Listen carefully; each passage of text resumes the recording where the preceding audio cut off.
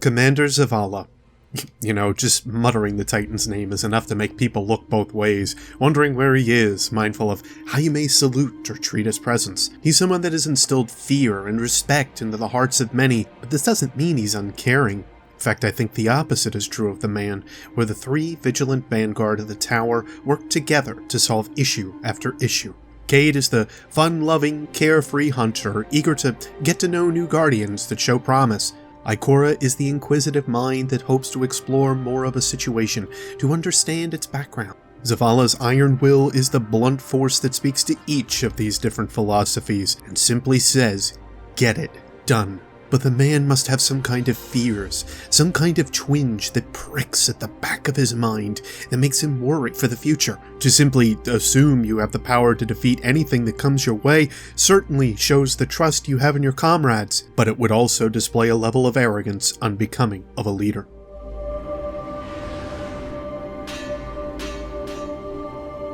Hey everybody, it's your buddy Beard Grizzly. I've been reading over a few books recently that I've known have some connection to the big blue dullard from the tower, but I never expected to make the connections I did, especially in reading one of them.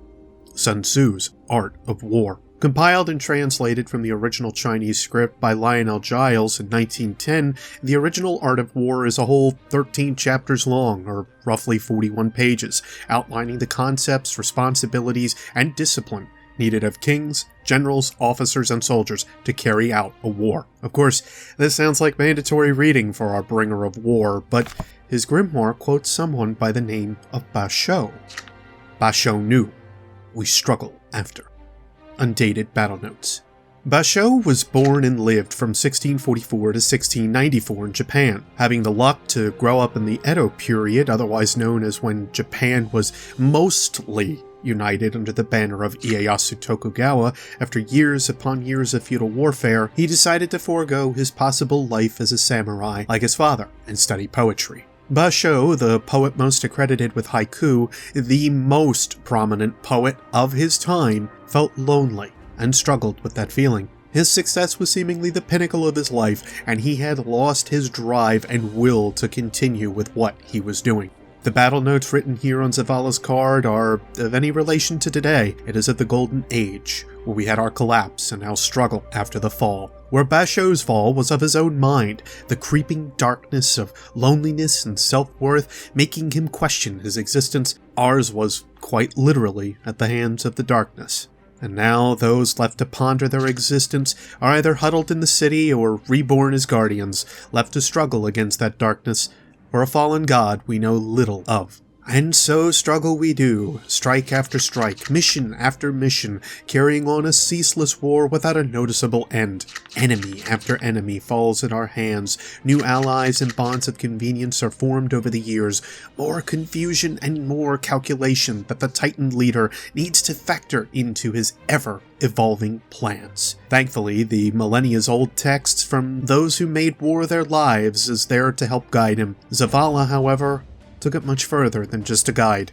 Sun Tzu, best explained as the Chinese general that most Chinese generals hope to be, wrote the very first treatise on war sometime circa 500 BC. A soldier for the warring state of Wu, he presented his works to King Ho Lu. Sun Tzu believed in 5 constant factors when calculating the outcome of battles. These are the moral law, heaven, earth, the commander, the method, and discipline. Each are described thus. The moral law causes the people to be in complete accord with their ruler, so that they will follow him regardless of their lives, undismayed by danger. This could describe what the speaker is to us in the tower, and Zavala's reverence for him speaks as such. Heaven signifies night and day, cold and heat, times and seasons. Understanding the passing of seasons and the weather conditions that come with them, studying darker periods and lighter periods for missions to be conducted in. Earth comprises distances great and small, danger and security, open ground and narrow passes, the chances of life and death. How a mission or missions can be affected by hills, valleys, swamps, lowlands, etc., while keeping favorable conditions ever in the combatant's favor, leaving a path for possible retreat. The commander stands for virtues of wisdom, sincerity, benevolence, courage, and strictness. Where Cade and Ikora demonstrate a few of these attributes, If not for Zavala, the tower would be missing cold calculation, keeping a level head about what we're up against, both in and out of the city. By method and discipline are understood the marshalling of the army in its proper subdivisions, the graduations of rank among the officers, the maintenance of roads by which supplies may reach the army, and the control of military expenditures.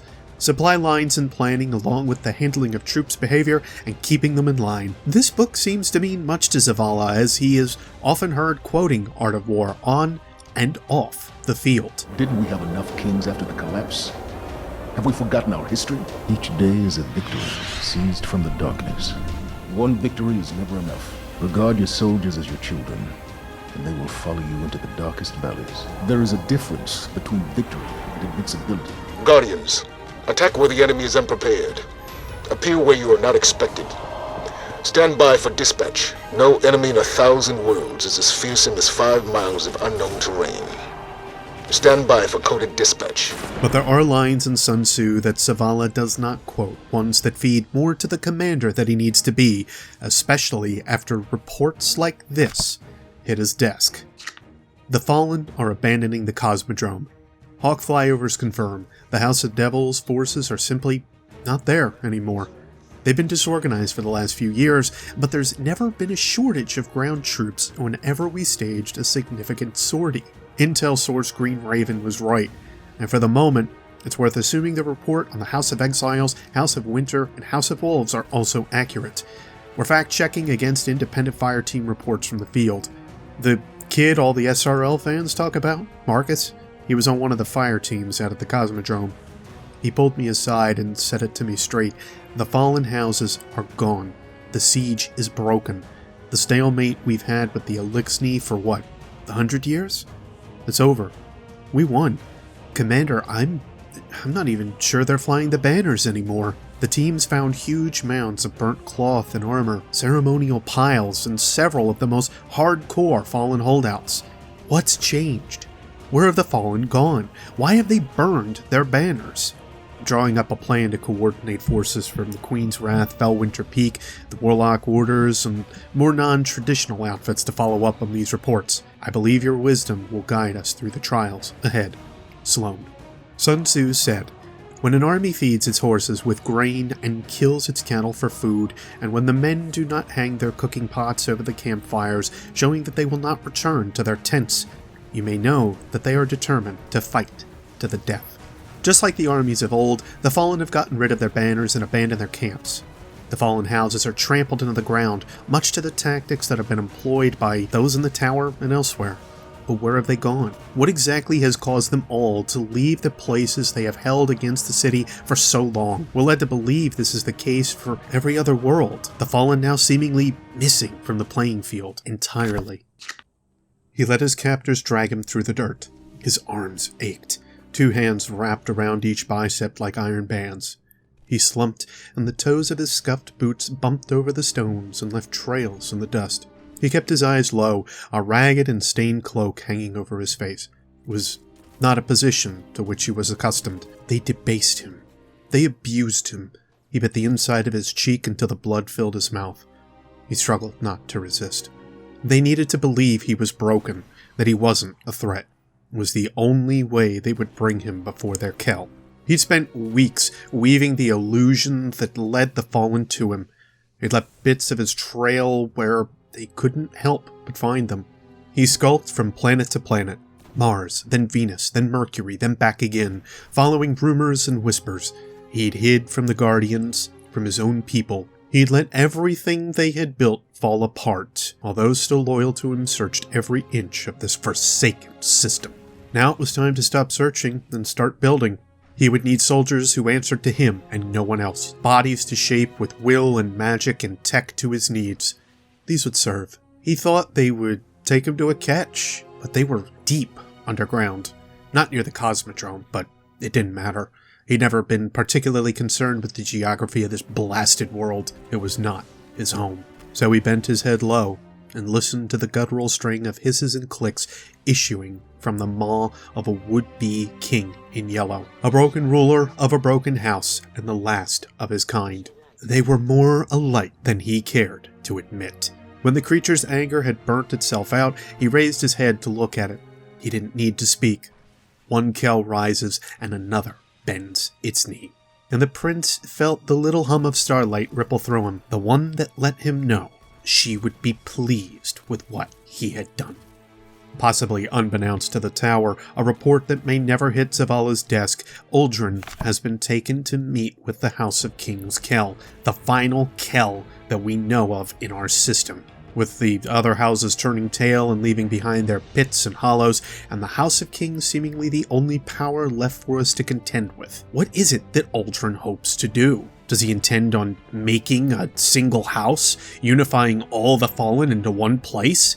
If so, I can only imagine the terror that Zavala may feel in the wilderness should he see fresh banners flying high. Sun Tzu said, to refrain from intercepting an enemy whose banners are in perfect order, to refrain from attacking an army drawn up in calm and confident array, this is the art of studying circumstance. Zavala feels... yes, he does. Being given a scarf for the dawning this past year, he becomes happy and appreciative of the gesture. He has emotions and even feels some level of guilt, either as a person or a commander, for the Sunbreakers whom were pushed out of the city on his command. Mercury was transformed by the Vex in the early days of the collapse. As far as we know, the warlock Osiris is the only guardian to spend any time among the spires, and we haven't heard from him in years. Osiris brokered a contract between the Sunbreakers and the city. Its terms were unacceptable to me. Now the Sunbreakers hate the Vanguard. They hate me. Zavala has questioned many things in the tower over the years. Osiris, Cade, Eris. None of them have a reference from his millennia-old mentors aside from being mindful and remaining disciplined. But if out on the field of battle Zavala should happen upon a freshly made banner of a fallen house he's never seen before, then he will feel fear like nothing he's exhibited before. For Sun Tzu said, again, to refrain from intercepting an enemy whose banners are in perfect order. The Fallen, scattered as they have been for years, finally receiving unified command, could turn out to be one of the most terrifying forces we in the city have ever dealt with, and it sends chills down this warlock's spine thinking on the possibility. There is much more to reference from the art of war as it pertains to the city, us as guardians, our command structure, our enemies, but that is all for another day. I'm sure Zavala will be brushing up on his combat tactics soon enough. After all, the Cabal are on their way. Hey gang, thanks for hanging out and listening to this little nerd out. I took a couple days to read over Art of War again, along with finding poems from Basho and others. I highly recommend giving them a read if interested. Otherwise, leave a like or dislike if you like this style or the information you just heard, share and subscribe to help the channel grow, and leave a comment below or simply say, Art of War. Again, I've been Beard Grizzly, and I'll see you next Spacetime, Guardians. Take care.